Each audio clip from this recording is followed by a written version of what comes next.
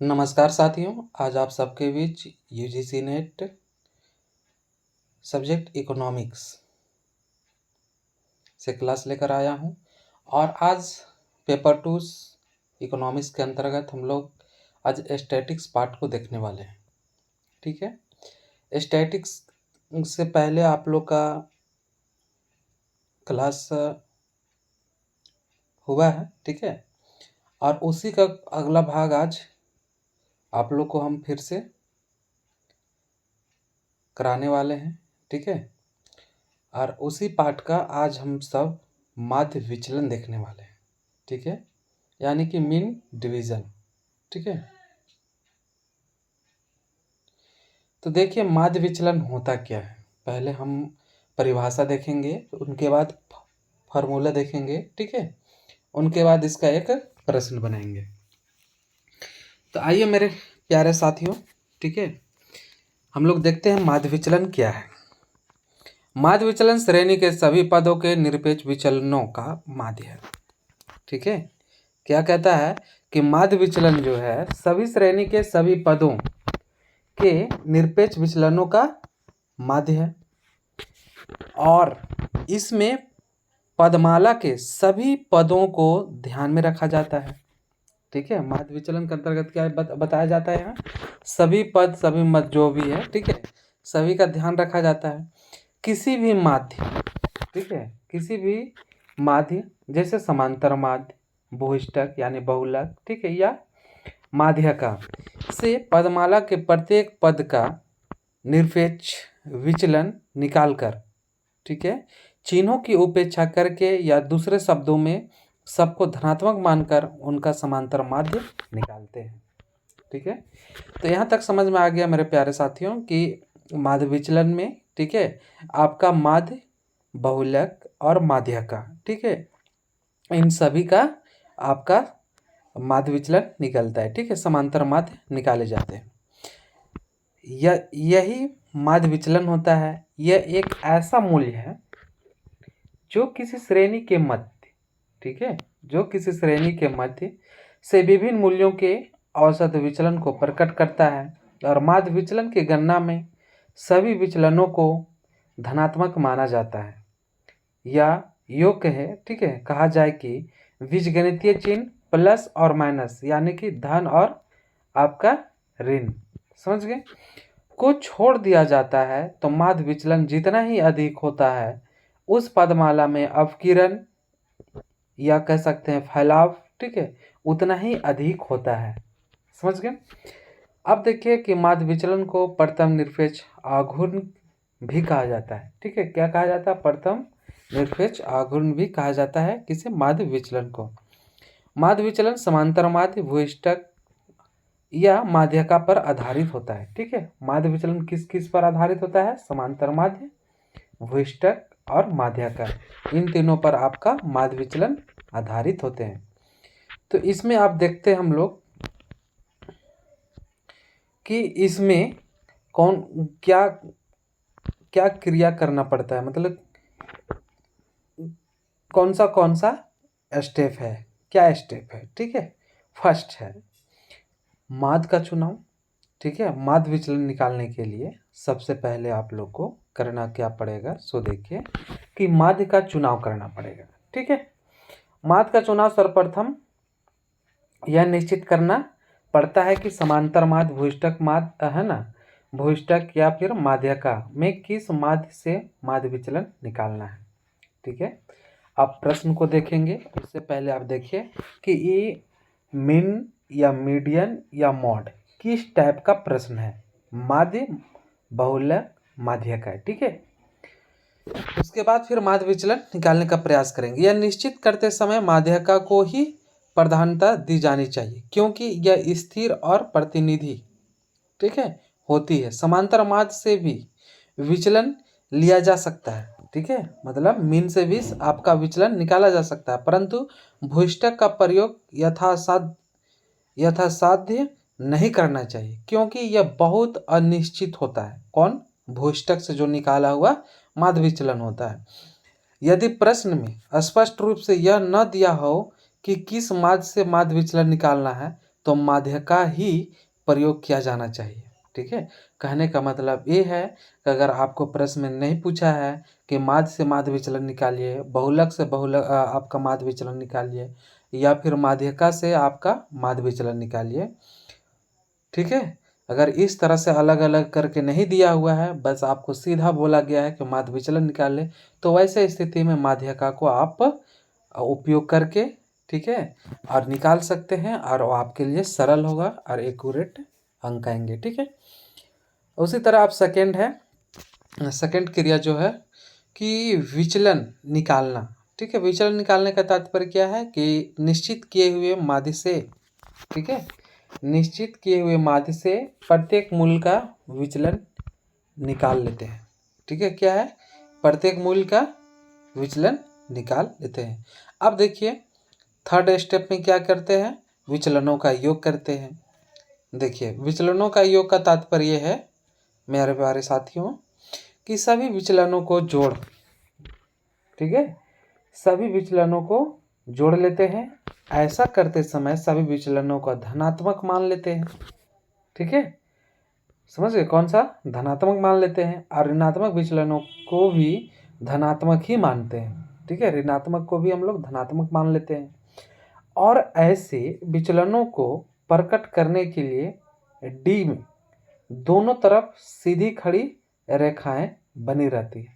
ठीक है, मतलब डी में, यानी कि डी मॉड, ऐसे जब ऐसे करके बना हुआ रहता है, ठीक है, ऐसे करके, तो इसको डी मॉड पढ़ेंगे। समझ गए, तो वही बताया जा रहा है कि डी के दोनों साइड आपका रेखा खड़ा रहेगा, वैसे स्थिति को डी मॉड कहा जाता है। ठीक है, का अर्थ होता है कि विचलन निकालते समय ऋण और धन चिन्हों का ध्यान नहीं रखा जाता है।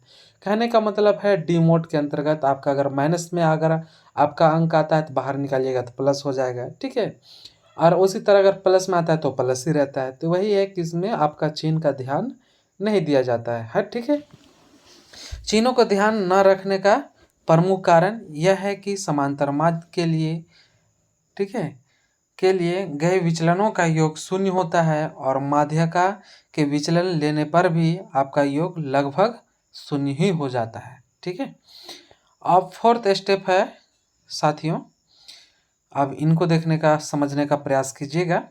ठीक है, कि विचलनों का माध्य इस योग में पदों की संख्या का भाग, ठीक है, पदों की संख्या का भाग दे देते हैं। इस प्रकार प्राप्त फल माध्य विचलन होता है, और विच्छिन्न एवं अविच्छिन्न श्रेणियों के में, ठीक है, व्यक्तिगत अखंडित, समझ गए, विचलनों को अपने आवृत्ति के श्रेणियों में विचलनों को अपने आवृत्तियों के से गुना किया जा सकता है। ठीक है, गुना किया जाता है, और तब गुणनफलों का योग ज्ञात किया जाता है। समझ गए, तो यहाँ पर आप देख सकते हैं माध्य विचलन का सूत्र क्या है। ठीक है, इसे एमडी से इंडिकेट किया गया है ना, माध्य विचलन को। तो माध्य विचलन को और भी इंडिकेटर किया गया है। ठीक है, छोटा डेल्टा, ये डेल्टा आपका है, समझ गए, और इसका मतलब हुआ माध्य विचलन। माध्य विचलन बराबर आपका क्या है कि सिग्मा, ठीक है, सिग्मा क्या है, मॉड डी बाई एन। ठीक है, अब यहाँ देखिए ये फार्मूला हुआ। ठीक है, ये भी आपका यहाँ पर फार्मूला है, समझ गए, ये आपका फार्मूला है, इसे नोट कर लीजिए, याद कर लीजिएगा। ठीक है, आप उनके बाद माध्य विचलन विभिन्न श्रेणी में, खंडित श्रेणी में, ठीक, ये खंडित श्रेणी में, व्यक्तिगत श्रेणी में, ठीक है, इस सब का उपयोग होगा माध्य के परित। ठीक है, क्या माध्य विचलन जब माध्य की स्थिति में होगा, समझ गए, माध्य विचलन की बात अगर होगा व्यक्तिगत श्रेणी में, तो ये होगा आपका क्या है, माध्य विचलन निकालना पड़ेगा। समझ गए, ये x से आपका x बार आपका माध्य को दिखलाया गया है माध्य के विचलन की स्थिति में। समझ गए, मॉड आपका डी एक्स बार है ना, यानी कि आपका माध्य विचलन है सिग्मा डी एक्स, समझ गए, मॉड बाय एन है। उसी तरह से आपका इसमें अख है आपका खंडित श्रेणी का अगर देखा जाए माध्य विचलन, तो इसमें एफ जुट जाता है, एफ गुना किया जाता है इसमें। ठीक है, अंतर यही है, माध्य विचलन अब माध्यका में हम लोग देखेंगे तो इसमें डीएम है, ठीक है, आपका माध्य विचलन एम, समझ गए, माध्यका तो सिग्मा आपका डीएम मॉड, ठीक है, बाई एन। इसमें फिर आपका खंडित श्रेणी की बात हो तो यहाँ अपना फ्रिक्वेंसी गुना कर दिया जाएगा तब अंक आएगा, ठीक है। और उसके बाद आपका बहुलक की बात किया जाए तो इसमें बहुलक में आपका माध्य विचलन है ना, मॉड की स्थिति में बात किया जा रहा है तो इसमें क्या है sigma d z mod by n, और फिर खंडित में इसमें आपका एफ गुना करना पड़ेगा, ठीक है। तो इस तरह से मेरे प्यारे साथियों कि व्यक्तिगत श्रेणी, खंडित श्रेणी का हम लोग तीनों का अलग अलग फार्मूला देखे और इम्पॉर्टेंट है, इसे आप लोग को क्या करना चाहिए, नोट कर लेना चाहिए, ठीक है, और याद भी रहना चाहिए, तो आप लोग को फार्मूला ही अधिक पूछता है, ठीक है। इसी तरह से आपको मीन समझ में आ गया, ठीक है, और उसका बाद माध्य विचलन समझ में आ गया। अब माध्य विचलन गुणांक की बात करेंगे, ठीक है, कोफिशिएंट कह रहा है कि माध्य विचलन गुणांक की बात करेंगे तो माध्य विचलन गुणांक बहुत सरल है, ठीक है, कि जो आप माध्य विचलन निकाले उसका भागा कर देंगे जो मेरा माध्य बहुलक या माध्य का जो भी संख्या आया हो, ठीक है, उससे भाग करेंगे। अगर माध्यका से हम लेकर रहे हैं तो माध्यका का अंक से इससे भाग देंगे, बहुलक लेकर बनाए होंगे तो बहुलक करेंगे, ठीक है, और माध्य लेके बनाए होंगे तो माध्य करके इससे भाग देंगे। तो इस तरह से अलग अलग है, ठीक है। अब देखिए यहाँ पर अलग अलग करके दिखलाया भी किया है, ठीक है, तो इसको आप लोग समझने का प्रयास कीजिए और इस फार्मूला को भी नोट कीजिए। ये माध्य की स्थिति में आपका माध्य गुणांक का फार्मूला है, ठीक है, और आपका माध्यका की स्थिति में आपका माध्य विचलन गुणांक का फार्मूला है, अरे बहुलक की स्थिति में आपका गुणांक का फार्मूला है, ठीक है। तो इस तरह से हम लोग तीनों फार्मूला देख पाए, तो हम लोग कुल मिलाकर देख लिया आपका मीन, ठीक है, माध्य विचलन और माध्य विचलन गुणांक निकालने का, ठीक है। अब देखिए आप लोग के लिए एक समझने के लिए एक आप लोग के लिए हम एक प्रश्न लिए हुए हैं और इस प्रश्न को आप लोग समझे। देखिए कहता है निम्नलिखित आंकड़े किसी कक्षा के 9 छात्र का, ठीक है, भार प्रदर्शित करते हैं। मतलब एक आपका कक्षा है, ठीक है, उसमें 9 छात्र हैं और उस 9 छात्र का भार को प्रदर्शित किया गया है आंकड़ा में, ठीक है। कहता है माध्यका तथा माध्य से, ठीक है, क्या है, माध्यका तथा माध्य से माध्य विचलन एवं इसके गुणांक ज्ञात कीजिए। यानी कि हमको क्या क्या ज्ञात करना होगा, सबसे पहले माध्यका ज्ञात करना होगा, उसके बाद माध्यका का माध्य विचलन ज्ञात करना होगा, उसके बाद माध्यका का माध्य विचलन गुणांक ज्ञात करना होगा। फिर उसी तरह चलेंगे माध्य, उसके बाद फिर आपका होगा माध्य विचलन, माध्य का माध्य विचलन, उसका बाद फिर माध्य का माध्य विचलन गुणांक। तो इस तरह से हम लोग को 6 इसमें निकलने वाला है, ठीक है, 6 फार्मूला उपयोग किया जाएगा। तो जैसे यहाँ पर क्रम संख्या दिया हुआ है, ठीक है, आपका विद्यार्थियों की क्रम संख्या और भार आपका किलोग्राम में दिया हुआ है कि एक पहले की, दूसरे की, तीसरे की, चौथी की क्या इसका आपका भार है, वजन है, ठीक है। चलिए मेरे प्यारे साथियों, अब हम लोग इसको हल करते हैं और आप लोग को बताते हैं, ठीक है। सबसे पहले देखिए हम लोग को माध्यका, ठीक है, माध्यका और मीन, माध्यका और माध्य हम लोग जो पहले निकालते थे उसी तरह से इसमें भी निकालना है, ठीक है, जैसे हम लोग पिछले क्लास में निकालने का प्रयास किए, सीखे, ठीक है, देखे, समझे, जाने, उसी तरह से। तो सबसे पहले सर्वप्रथम आप क्या कीजिए कि आपको क्रम संख्या को खड़े में सजा दीजिए, भार को भी खड़े में सजा दीजिए, ठीक है, समझ गए। अब देखिए आप सब, ठीक है, कि हमारा माध्यका से विचलन, ठीक है, माध्यका से विचलन यानी कि कह सकते हैं कि माध्यका पहले बोला है तो माध्यका हम लोग पहले निकालते हैं।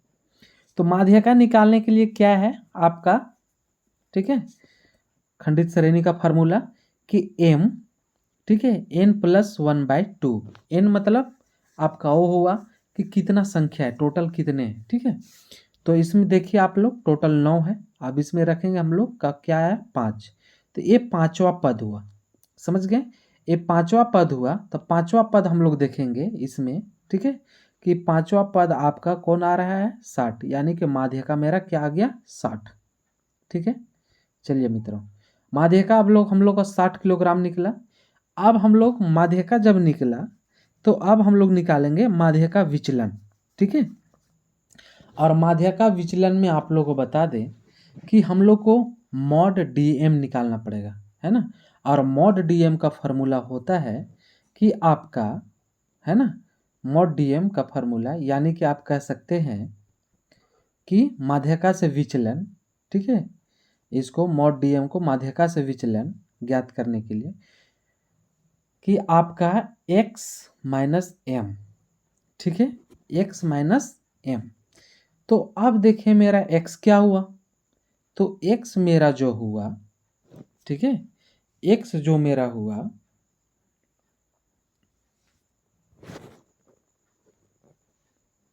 यहाँ पर देखिए x जो मेरा हुआ, ठीक है, आपका ये संख्या, ठीक है, x माइनस एम। तो हम लोग का जो m आया है आपका 60, समझ गए, और x जो है मेरा ये टोटल जो भार दिया हुआ है, समझ गए। तो आप इसमें से x माइनस एम करेंगे यानी कि 50 माइनस 60, तो यहाँ लिखेंगे, ठीक है। और मॉड से है तो इसमें बाहर से निकालिएगा तो चिन्ह चेंज हो जाएगा। जैसे यहाँ 50 माइनस 60 करेंगे तो माइनस 10 होगा, तो मॉड दिया हुआ है तो बाहर होगा तो 10 हो जाएगा।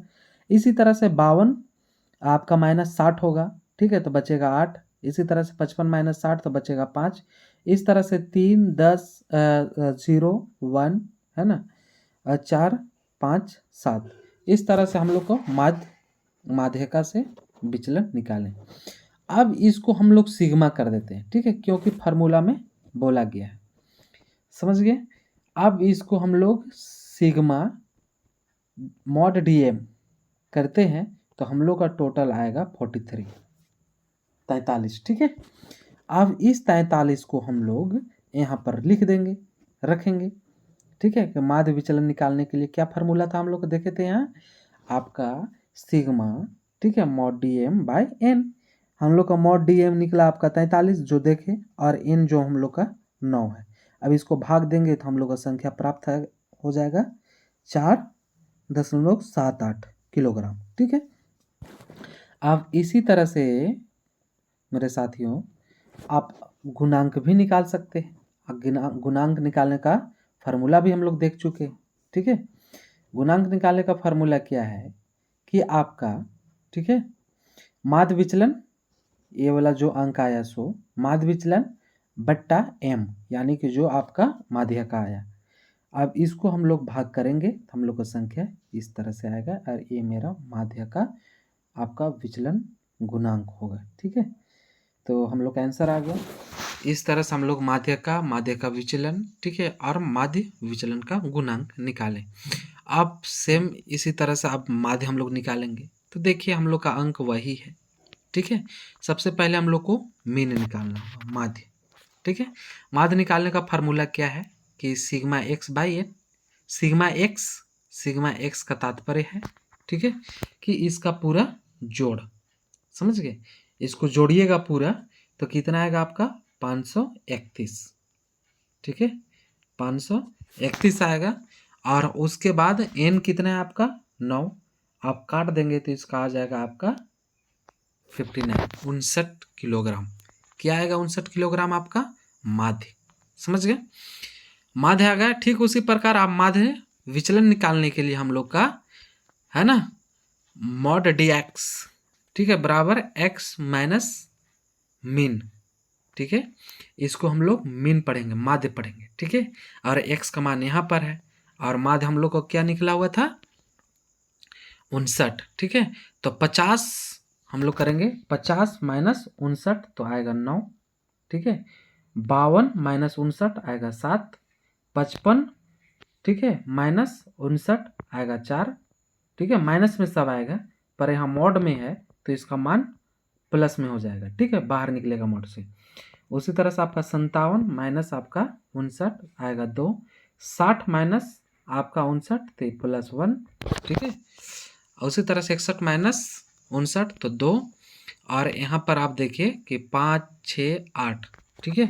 अब इसको हम लोग जोड़ेंगे कि सिग्मा मॉड डी एक्स, ठीक है, यानी कि आपका 44 टोटल आएगा। समझ गए? आपका संख्या कितना आएगा टोटल? 44 आएगा। अब इनको हम माध्य विचलन के फार्मूला में रखेंगे, ठीक है।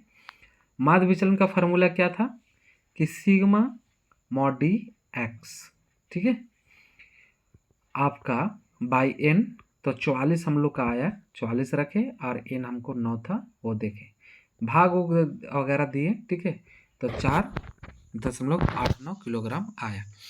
अब इसी तरह से माध्य विचलन गुणांक की बात करेंगे, ठीक है। तो माध्य विचलन गुणांक की बात करेंगे तो माध्य विचलन गुणांक में है कि माध्य विचलन बट्टा, यह माध्य विचलन बट्टा आपका माध्य, यानी कि माध्य विचलन जो भी अंक आया उसको ऊपर रखिए और माध्य में जो हमारा निकला था उसको नीचे रखिए, और इससे इसको भाग दीजिए, कट छट के मेरा इतना आ जाएगा। तो इस तरह से हम लोग का माध्य विचलन गुणांक भी निकल गया, ठीक है। तो ठीक है मेरे प्यारे साथियों, आप लोग हम बता दें कि आप हम सब आज माध्य विचलन देखें, माध्य विचलन, माध्य और आपका माध्य विचलन गुणांक निकालने का, ठीक है, प्रयास के सीखे और इनका फार्मूला भी देखे। तो इसे हमको मेरा ख्याल से लगता है कि इससे प्रश्न आएंगे, आप लोग सही अवश्य कर पाइएगा, ठीक है, सही बनेगा और आप लोग समझ पाए होंगे। ठीक है मेरे प्यारे साथियों, थैंक यू, बहुत बहुत धन्यवाद। आप लोग अच्छा लगे तो अधिक से अधिक मित्रों तक इसे शेयर अवश्य कीजिए। Thank you.